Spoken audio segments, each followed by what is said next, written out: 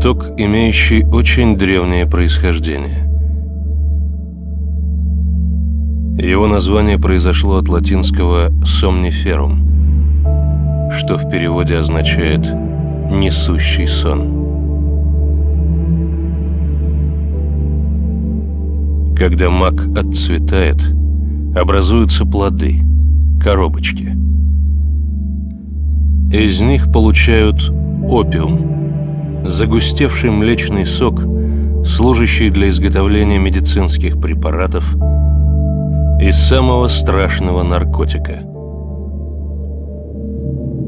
героина. Уже после 3 уколов героиновые наркоманы становятся зависимыми и оказываются вне этого мира. Их нельзя увидеть на дискотеках, в барах, в других общественных местах. Они навсегда уходят из семей и общества, вначале разрывая служебные и деловые связи, затем бросая друзей, наконец даже родителей, жен и детей. Срок жизни героинового наркомана от 5 до 7 лет.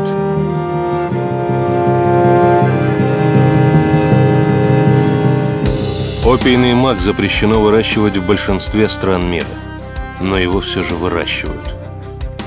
В основном на Ближнем Востоке и больше всего в Афганистане. В этой небольшой восточной стране производится 95% всего мирового героина.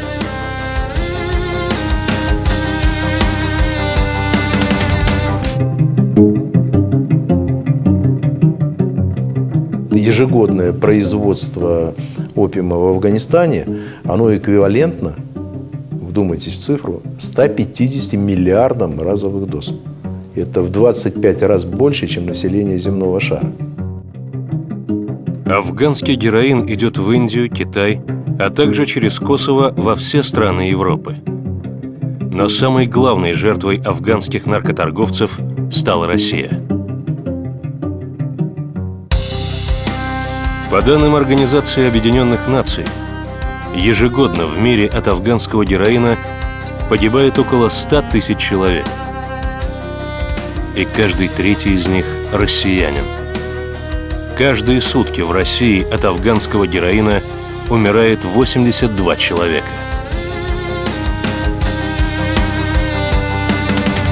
У нас сейчас каждый год в России, в основном молодые люди, умирает 30 тысяч человек в год от наркотиков.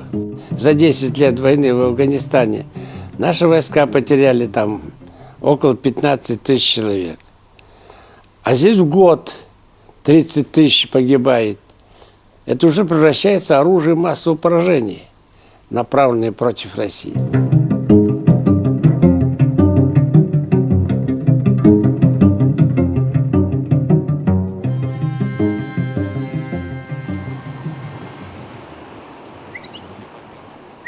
Трудно представить, что еще совсем недавно, всего 10 лет назад, героин в Афганистане практически не производился.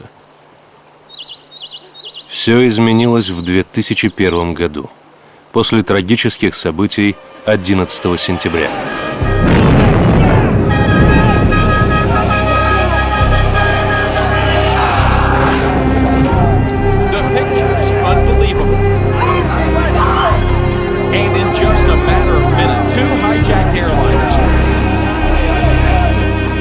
По утверждению американских спецслужб, теракт 11 сентября осуществила Аль-Каида, самая могущественная исламская террористическая организация в мире. Предполагалось, что ее предводитель Усама бен Ладен руководил операцией как раз из Афганистана, страны, власть в которой уже несколько лет принадлежала еще одному исламскому экстремистскому движению – Талибан.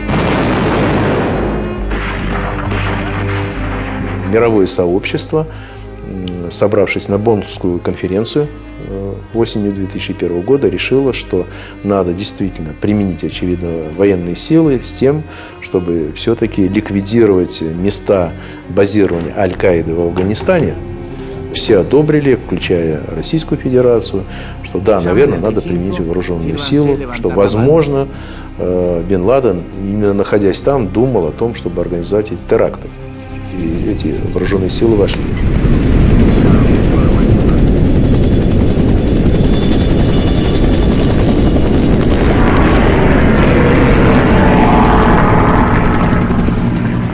Победить Талибан, укрывавший Аль-Каиду с Бен Ладеном, оказалось не так-то просто. Его боевики скрывались среди мирных жителей и умело вели партизанскую войну. Американцам для победы необходима была помощь со стороны местных афганских сил. Американцы для того, чтобы победить режим талибов, сделали ставку на врагов талибов, на Северный альянс.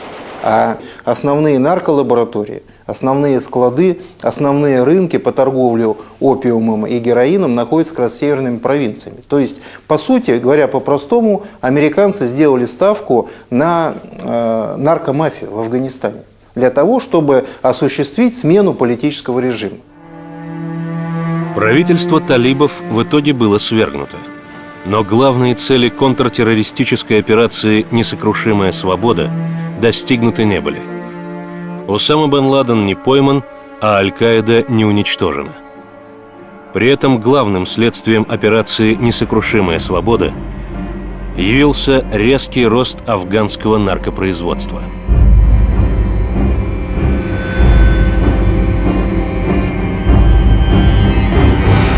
Афганистан ежегодно продуцирует порядка 800 тонн героина. При этом экспортируется или вывозится за пределы Афганистана, по нашим оценкам, где-то около трети этих запасов. Так вот, а нереализованные запасы героина, они складируются в Афганистане и подчас в близлежащих странах. То есть это своего рода можно квалифицировать как фонд будущих поколений. По мнению ведущих мировых экспертов по борьбе с наркотиками, если уже сегодня Афганистан полностью прекратит производство героина, то стратегического запаса афганских наркотиков при нынешнем потреблении его во всем мире хватит как минимум еще на 100 лет.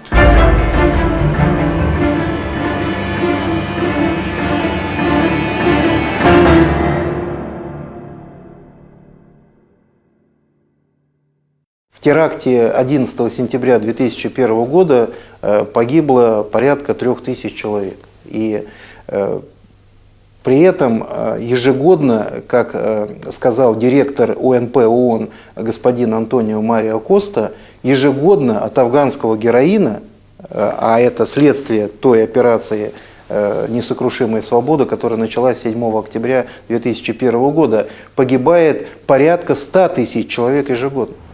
По сути, за прошедшее с момента операции «Несокрушимая свобода» время погибло от афганского героина 1 миллион человек. Пожалуйста, прости, очнись, дружочек мой. Андрей! Ну не жив, ничего нельзя вообще. Знаете, ну что-нибудь, пожалуйста. Мы же с тобой пришли живые. Ну что-нибудь, пожалуйста, умоляю вас на коленях. Люди добрые, пожалуйста, умоляю, вот что-нибудь, ну сделайте что-нибудь другого. Ну помогите ему чем-нибудь. Друг мой, пожалуйста, услышь меня. Хоть на секундочку, пожалуйста, на секундочку. Мировое сообщество обратилось к американцам, взявшим на себя всю ответственность за происходящее в Афганистане, с предложением ликвидировать афганское наркопроизводство. Указав при этом на то, что последствия контртеррористической операции оказались слишком тяжелыми. Однако американцы это предложение отвергли. Борьба с афганскими наркотиками мешает США бороться с терроризмом в Афганистане. Наш заклятый враг Аль-Каида и режим Талибана, который превратил Афганистан в прибежище для этой террористической организации. Война с наркотиками – опасное отвлечение от кампании по уничтожению террористических сил в Афганистане.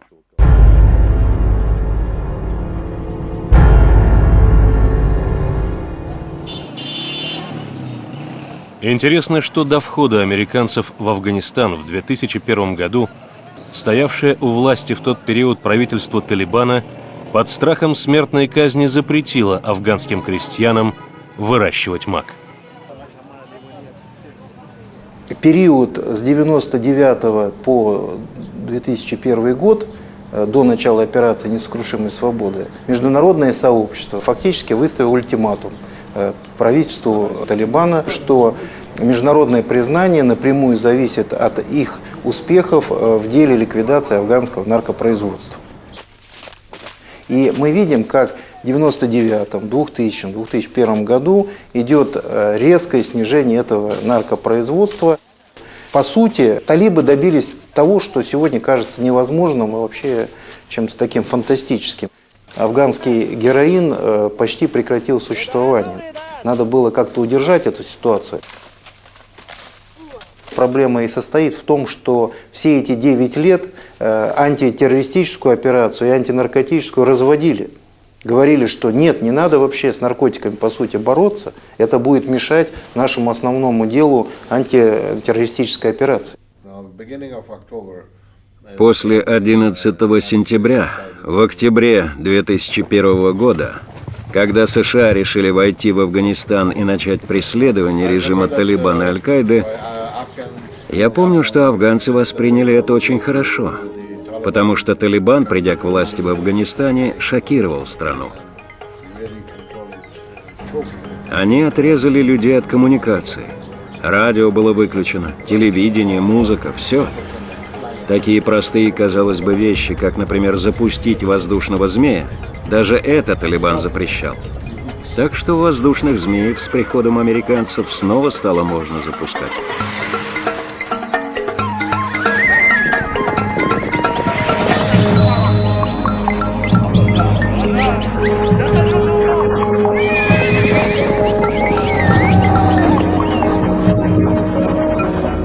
Но все это продолжалось недолго.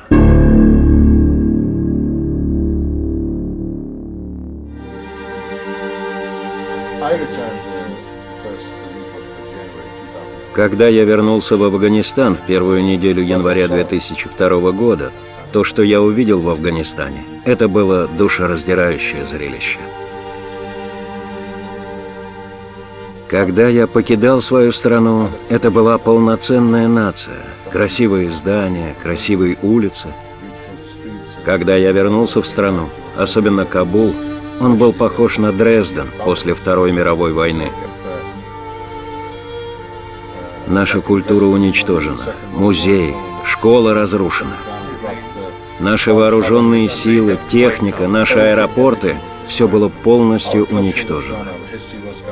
Это было как гигантский ураган, который появился извне и прошел по нашей стране, и будто перечеркнул 300 лет нашей истории.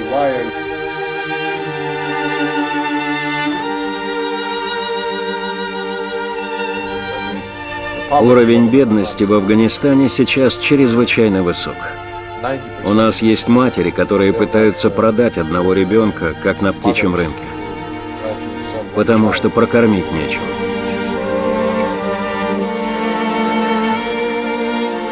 Самый правильный метод войны, передовой, сетецентрический, это как НАТО воевало в Югославии. Надо разрушить мосты, школы, больницы, инфраструктуру, там, экономику, и это государство должно капитулировать. Значит, и другого способа ведения войны вроде нет. Так Афганистан уже разрушен до основания, там нечего разрушать уже эту экономику, а война идет.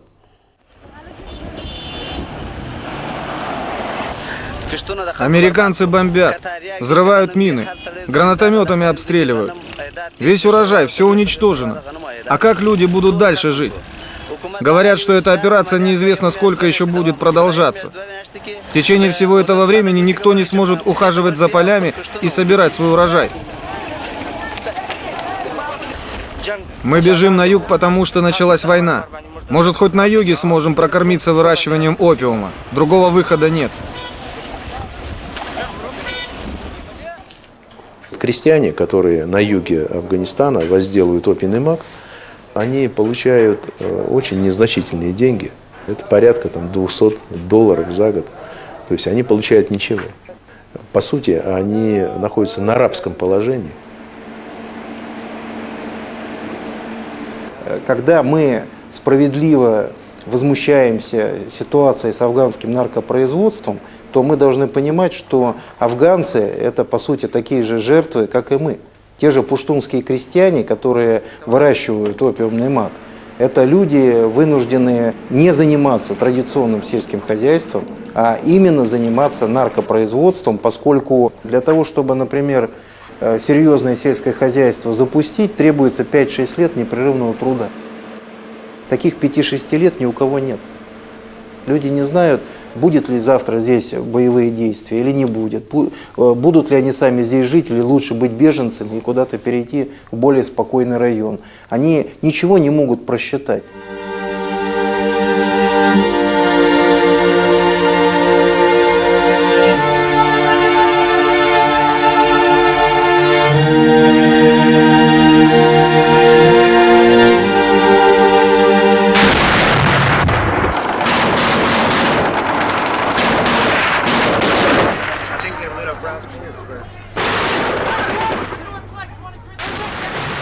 Фактически существует постоянная нестабильность, постоянные боестолкновения. Эта геополитическая напряженность порождает возможности для монопольного производства опиатов в гигантском количестве.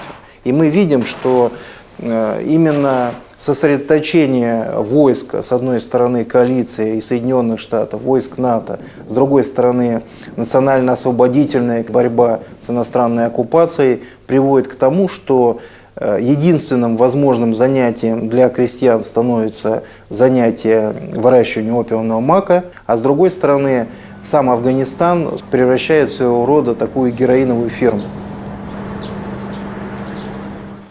Rekordni urожай opije v Afganistane, bolje 8000 ton, приведет к производству около 1000 тонн героина. Это рекордный объем афганского героина, также приносит огромные доходы преступникам и экстремистам, порождает нестабильность и финансирует терроризм. Заместитель генерального секретаря ООН, господин Марио Антонио Коста, он привел такие цифры. Афганский опиум дает $65 миллиардов. Согласитесь, это гигантские деньги. В любой момент какая-то часть этих денег, тех же электронных денег, буквально в считанные секунды, может быть доставлена туда, где, например, нужно совершить в политических целях какой-то теракт, или где нужно свергнуть очередной режим и так далее. Вот эти наркобароны, невидимые, скрытные, конспиративные, они подчас носят белые рубашки, ведут респектабельный образ жизни, но они уже обладают колоссальной властью, финансовой, имеют в своем подчинении огромное количество людей, своего рода нелегальную сеть, которые зависят от них, могут иметь оружие, могут иметь политическую власть, могут иметь хорошие контакты в иных органах власти и оказывать на них воздействие. И эти люди уже сами по себе могут добиваться дальнейшего продвижения своих интересов, применяя террористические экстремистские методы. Если они встретят непонимание на своем пути или нежелание идти навстречу, то они могут и применяют силу, в том числе силу оружия, и применяют террористические акты. Поэтому что тут первично? Терроризм или наркотики? Об этом можно поспорить. За все время пребывания американцев в Афганистане не было предпринято ни одной серьезной попытки сделать борьбу с наркотиками одной из задач оккупационных сил США. Казалось бы, это должна быть главная задача, потому что наркобизнес финансирует терроризм не только в самом Афганистане, но также в Европе и в России. Афганский героин практически не идет в Соединенные Штаты Америки. Поэтому и Европа, и граждане Российской Федерации, граждане других стран Евразии, у них в сознании все равно присутствует простая мысль. Ну, вас-то самих этот героин не касается, а нас касается напрямую, он нас убивает. Поэтому вам и нет до нас дела. Россия вот уже несколько месяцев предлагает свой план, разработанный Виктором Ивановым. Прежде всего, необходимо на уровне Совета Безопасности ООН признать афганское наркопроизводство угрозой международному миру и безопасности.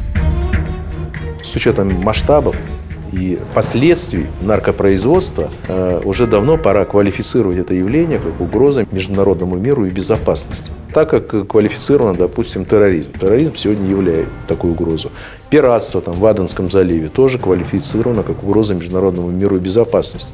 Там уже несколько десятков людей погибло. А от афганского героина только с 2001 года погибло свыше 1 миллиона человек.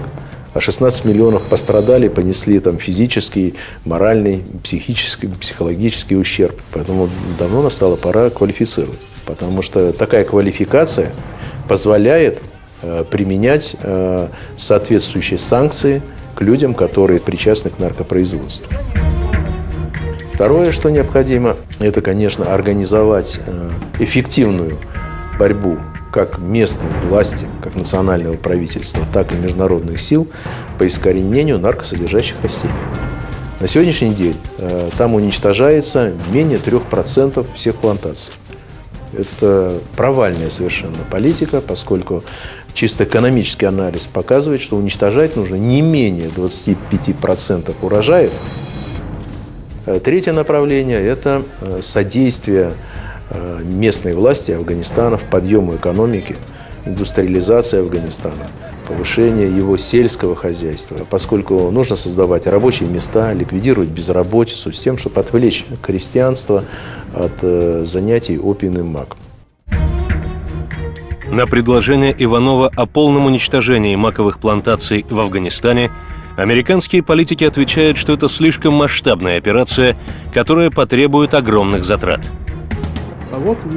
Американцы говорят, что Афганистан весь покрыт маковыми полями.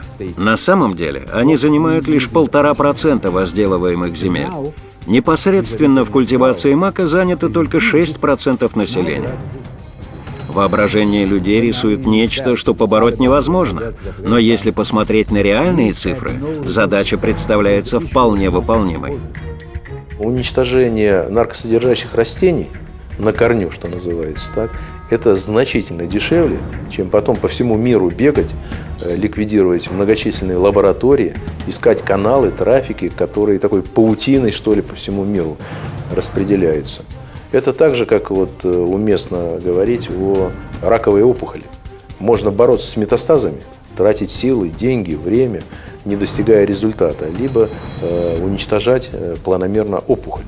В этом смысле культивация опиумного мака – это как раз та опухоль, с которой все и начинается. Что касается уничтожения наркопосевов методом распыления химикатов с воздуха, то по этому вопросу американцы заявляют, что дефолиация может навредить сельскому хозяйству Афганистана, якобы уничтожив соседствующие с наркоплантациями посевы благородных культур. При этом сами американцы активно используют дефолиацию в Колумбии и Мексике, странах, где производят основной объем наркотиков, поступающих в США. Соединенные Штаты Америки являются лидерами в антинаркотической борьбе. Мы видим, что Соединенные Штаты прекрасно понимают, в частности по отношению к латиноамериканскому производству кокаин, что не вмешиваясь непосредственно и прямо в производство на территории самого выращивания кустов коки, по сути, мы все время будем иметь дело с последствиями, которыми почти невозможно работать. Поэтому мы видим, что американцы пытаются страны транзита латиноамериканского кокаина объединять, финансировать дополнительно для того, чтобы максимально препятствовать поступлению кокаина в Соединенные Штаты Америки. Еще одной из причин, по которой американцы отказываются вести борьбу с афганским наркопроизводством, является то, что эта борьба якобы приведет к новым жертвам среди военных, воюющих в Афганистане против терроризма. Страны НАТО в целом, в том числе европейские страны, ежегодно теряют около 10 тысяч человек от афганского героина. А погибает ежегодно в том же Афганистане силами коалиции НАТО фактически в 50 раз меньше человек. Таким образом, возникает вопрос, а где более опасно? В самом Афганистане для военных? Либо, соответственно, в странах НАТО, я убираю Россию, в которой ежегодно погибает до 30 тысяч и более человек. Когда натовские военные говорят о том, что уничтожение наркоплантаций приведет к новым жертвам военных, то, может быть, больше они защищают собственные жизни, чем жизни своих граждан. Потому что ведь их уговаривают более активно действовать против наркопроизводства в стране, где они взяли на себя полную ответственность, не для того, чтобы защищать кого-то на Луне, а прежде всего своих граждан, проживающих в странах Европы. Американцы отказываются уничтожать маковые плантации еще и потому, что якобы заботятся о бедных афганских крестьянах, имеющих возможность зарабатывать только на выращивании мака. Наркооборот составляет более трети афганской экономики. И если мы будем уничтожать посевы опиумного мака, то рискуем настроить против себя значительную часть населения страны, потому что они останутся без заработка. Альянс не может допустить того, чтобы люди беднейшей страны Афганистан остались без средств к существованию. Афганистан всегда был сельскохозяйственной страной. 87% населения было задействовано в сельском хозяйстве до того, как наступили тяжелые времена. Мы производили продукты питания не только чтобы прокормить население своей страны, но и на экспорт. В Афганистане, в Джалалабаде, мы выращивали огромное количество разных культур. Мы можем производить очень хорошее оливковое масло, и оно очень дорого стоит на мировом рынке. У нас были плантации апельсинов, гектары апельсинов. Их здесь упаковывали и посылали в Россию. 1000 тонн. Сегодня вы найдете хоть одно дерево? У нас была собственная промышленность. 30 лет назад все производилось в Афганистане. Вот вещи, которые на мне сейчас. Сегодня, если вы меня попросите, пожалуйста, снимите с себя все, что сделано не в Афганистане. Знаете, я буду сидеть перед вами голым. Почему афганские крестьяне выращивают мак? Потому что нет другого источника дохода. Ведь в Афганистане, как я говорил, американцы разрушили абсолютно все, и нет возможности зарабатывать в других сферах деятельности. А мак в наших климатических условиях, даже в условиях засухи, выращивается легко и быстро. Чего не скажешь, например, о той же пшенице или хлопке, требующих особого ухода, орошения и времени. К тому же большинство афганских крестьян – зависимые крестьяне. Они не владеют землей. Землей владеет лендлорд. Он и нанимает крестьянина для выращивания опиума. Если лендлорд скажет выращивать сорняк и даст денег на это, крестьянин вырастет сорняк. То же самое с опиумом. Получается, что крестьянин просто-напросто проплачен. Его автоматически держат в зависимости, заставляя выращивать только опиум. Вот на этом поле мы и выращиваем опиумный мак.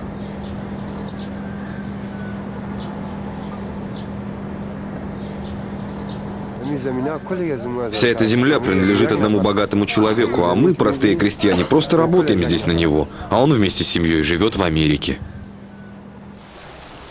Весь мир может поддержать афганскую промышленность, чтобы искоренить производство опиума. Давайте привлечем крестьян, к примеру, к выращиванию хлопка. Мы купим у них хлопок, задействуем их также в производстве хлопкового масла, и таким образом он заработает больше денег. Поверьте, афганцы не хотят выращивать мак. Но нет выбора, когда крестьянин между жизнью и смертью. Когда у тебя нет денег, конечно, ты их берешь для выращивания мака, чтобы не умереть. Ежегодно ЕС вкладывает в Афганистан $1 миллиард. На самом деле нужно куда меньше денег, чтобы заменить опиумный мак другими культурами. К международному сообществу не прислушивается и Организация Объединенных Наций. Там до сих пор не выработали четкого плана по противодействию афганскому наркобизнесу. Я уверен, что за 5 лет они могли бы раздавить афганское наркопроизводство. Но ООН слепо пляшет под дудку США и Великобритании. Европа тоже, включившись в ситуацию в Афганистане, во многом боится признаваться в том, а что реально получилось. Хотели одного, а получили совсем другое. И несмотря на то, что в Европе очень высокий уровень потребления афганского героина, а Великобритания приближается к российскому уровню потребления, а британцы одни из основных действующих сил в военной коалиции НАТО в Афганистане. Но несмотря на это, пока не делается таких жестких однозначных выводов политиками, потому что для многих это неудобно. Самое страшное в том, что боятся признать, что война против терроризма, она на самом деле, с одной стороны, не покончила с терроризмом, а с другой стороны, выявила новый гигантский феномен, гораздо более опасный, чем терроризм. Лекарство оказалось на порядок страшнее самой болезни, против которой этим лекарством хотели бороться, и, соответственно, возникает вопрос об ответственности. Кто это допустил? Здесь нужно признаваться, это очень непросто. Итак, Соединенные Штаты Америки игнорируют все призывы об уничтожении наркопроизводства в Афганистане и отклоняют все реальные предложения о том, как этого добиться. Позиция Америки заключается в том, что это уже не их проблема. Это внутреннее дело Афганистана. Но в таком случае налицо весьма странный парадокс. США не реагируют на наркопроизводство. Наркопроизводство, в свою очередь, финансирует терроризм. А американцы против этого самого терроризма борются в Афганистане вот уже почти 9 лет. Там нет борьбы с террористами. Никакой серьезной борьбы нет. Вот, говорят, ловит Бен Ладена. С каких пор Бен Ладен стал террористом? Был американский разведчик, стал террористом. Бен Ладен – это американский разведчик. Он был подготовлен. Кстати, я с ним столкнулся в Жаллабаде в марте 1989 года. Он получил большие американские деньги, платил по $200 за каждый день участия в штурме Жаллабада. И за эти деньги заставлял там людей воевать.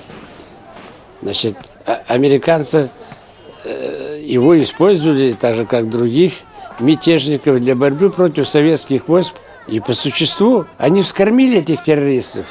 Правда, некоторые из них потом вышли из повиновения. Но это еще раз говорит, насколько опасно, когда государственные спецслужбы пытаются террористов использовать для решения совсем других задач.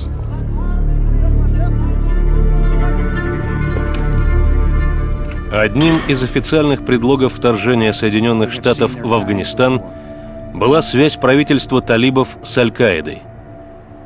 Интересен тот факт, что сразу после 11 сентября американцы 4 недели, вплоть до начала операции «Несокрушимая свобода», вели переговоры с талибами.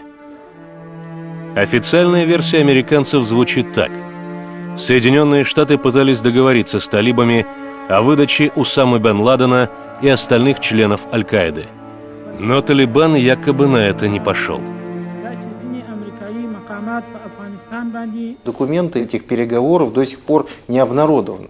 Я боюсь, что эти документы еще лет 200-300 будут под грифом, соответственно, сверхсекретно. И мне кажется, что в этом тоже есть большой вопрос.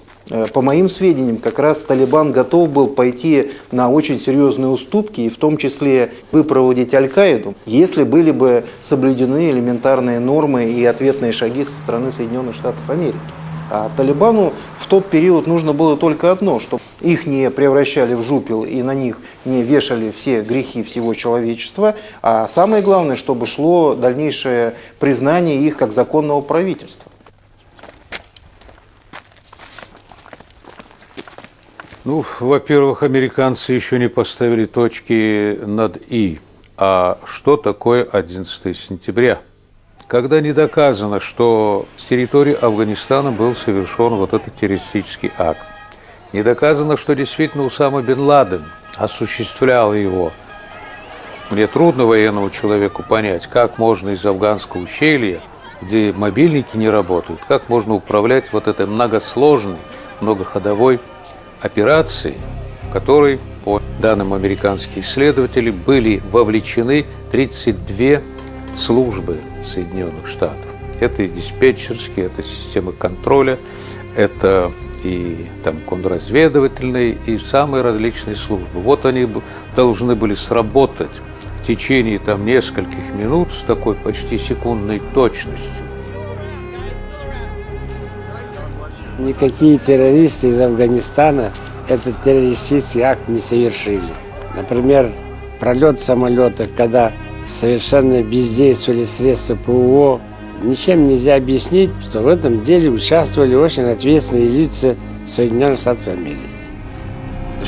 Наша страна должна сплотиться. Свобода и демократия подверглись атаке. Американские люди лицом к лицу столкнулись с врагами, которые готовы убивать ни в чем не повинных людей. Полная недоказанность, но она явилась поводом вторгнуться в Афганистан. И история пошла немножко другим путем. История Афганистана и история всего человечества после этого теракта. 9 лет назад в Афганистане не было ни одного иностранного военного. С 2001 года в регион стянуто более 150 тысяч солдат.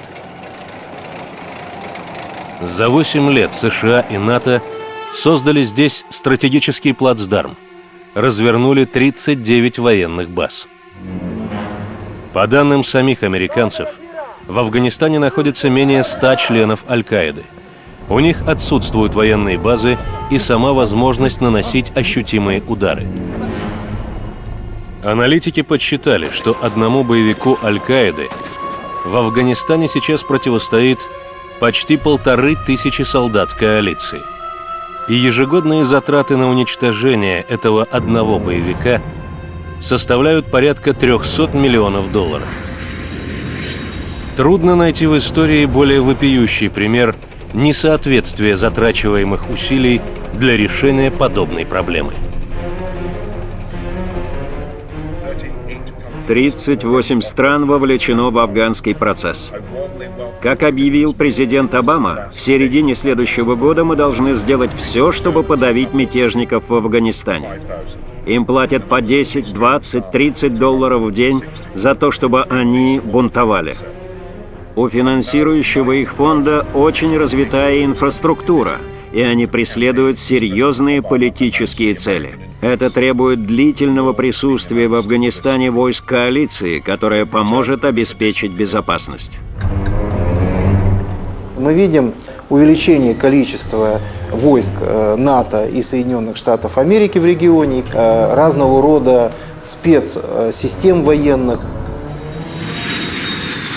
А 4 самолета «Авакс», которые находятся на территории Афганистана, это то минимальное количество данных типов самолета, которые могут обслуживать театр военных действий, по сути, от Индии до России. Возникает вопрос, кого эти самолеты ищут, кого они, с кем они, что за театр действий они собираются обеспечивать. Вот эта сплошная зона радиоэлектронного наблюдения, она дает основания для планирования быстрого глобального удара. Это тысячи крылатых ракет морского и воздушного базирования.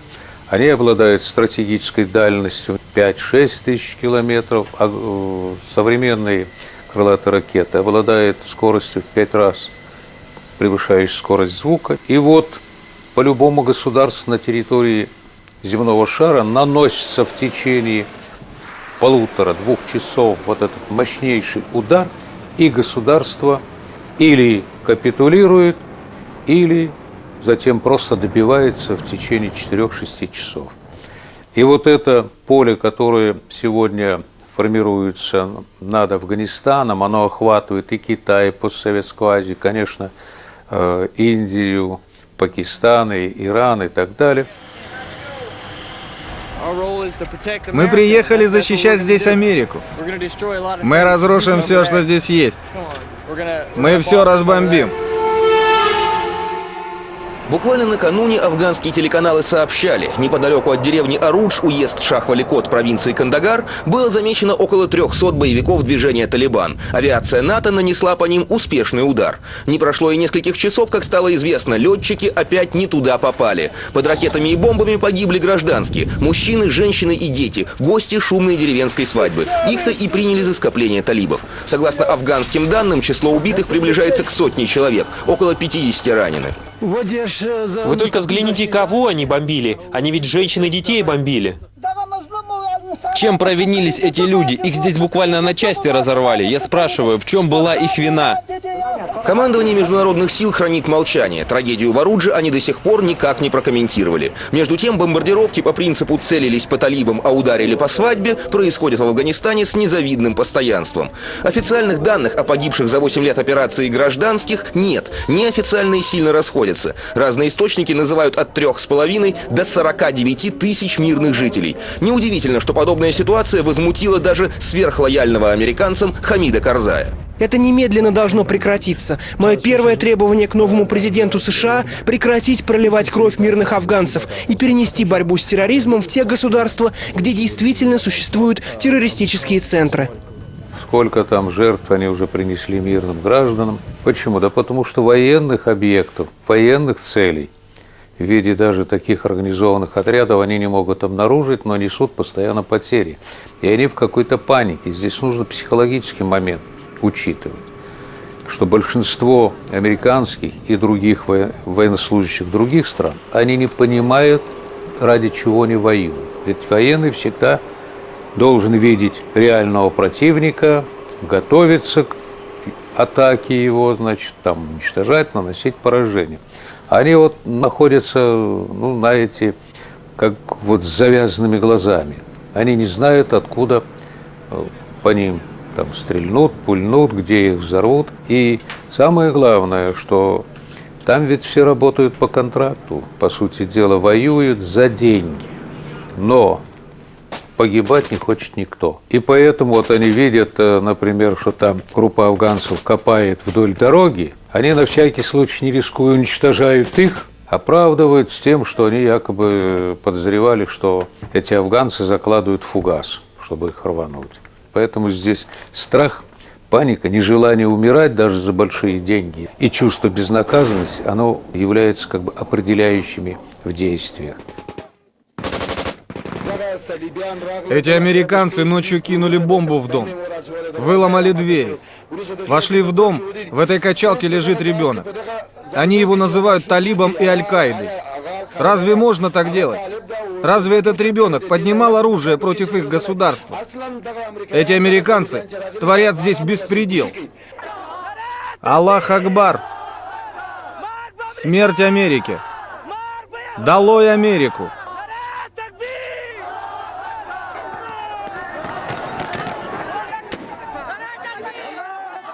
Может быть, вот такое подогретое состояние там кому-то нужно, это их устраивает. Пока там горячо, есть предлог для того, чтобы и базу получить, и обеспечить присутствие своих войск, оправдать их пребывание. Если там все утихомирится, уходить надо. По мнению многих мировых экспертов, истинный интерес американцев в Афганистане состоит в том, чтобы своим военным присутствием оказывать политическое и экономическое давление на 4 главных своих оппонентов – Россию, Китай, Индию и Иран. Поскольку Афганистан – это в первую очередь уникальная транзитная территория для управления потоками нефти и газа в эти страны. Афганистан является прежде всего транзитной страной, по которой могут проходить, либо не проходить принципиально значимые для Индии и Китая трубопроводы, как газопроводы, так и нефтепроводы.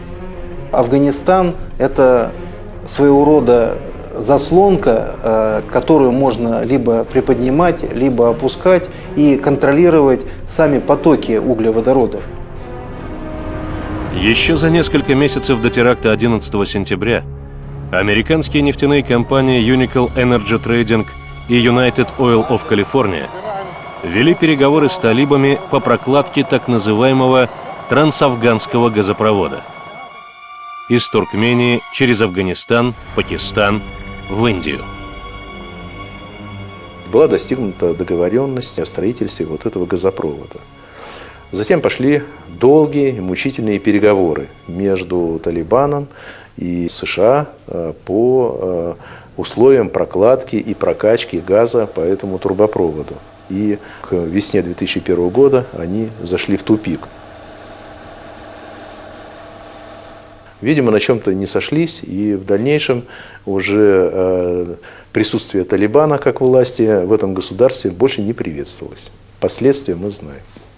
В результате пришлось применять какие-то другие меры, мы знаем какие, в октябре 2001 года, для того, чтобы опять же решать проблему транспорта углеводородов. Соединенные Штаты намерены полностью контролировать все маршруты поставок углеводородов не только из Персидского залива, но и из Центральной Азии. Но задача Соединенных Штатов — влезать во все проекты и держать руку на пульсе всех, даже потенциальных трубопроводных проектов, которые только заявляются. Я думаю, что в ближайшие 10 лет Соединенные Штаты не выведут свои войска из Афганистана, потому что проблема контроля за поставками углеводородов в Китае — это стратегическая проблема, которую нужно решать постоянно. Уйдешь из Афганистана, через 5 лет появится труба. Значит, нужно сидеть в Афганистане столько, сколько это возможно. Таким образом, не нужно Соединенным Штатам строить нефть и газопроводы через Афганистан. Им нужно создавать постоянно хаос на этой территории, создавать иллюзию бесконтрольности и невозможности контролировать Афганистан для того, чтобы ни один энергетический проект на самом деле через Афганистан не был реализован.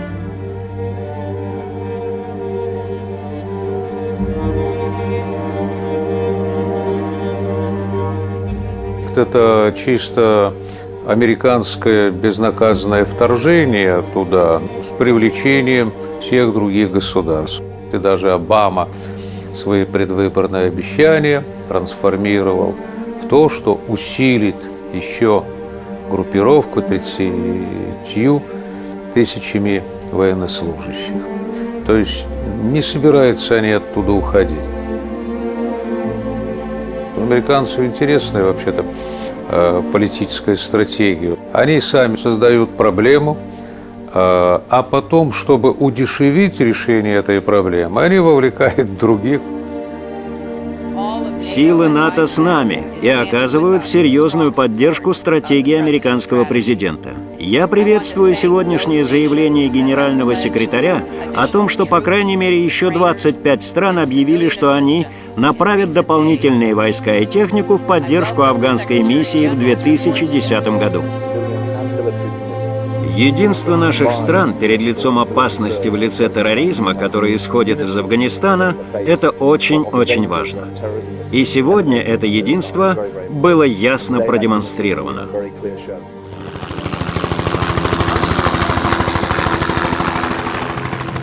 Ну а пока Соединенные Штаты Америки вместе с войсками НАТО продолжают в Афганистане свою борьбу с терроризмом, и пока на фоне этой борьбы продолжает развиваться афганское наркопроизводство, в мире от афганского героина по-прежнему каждый год умирает 100 тысяч человек, и каждый третий из них – россиянин.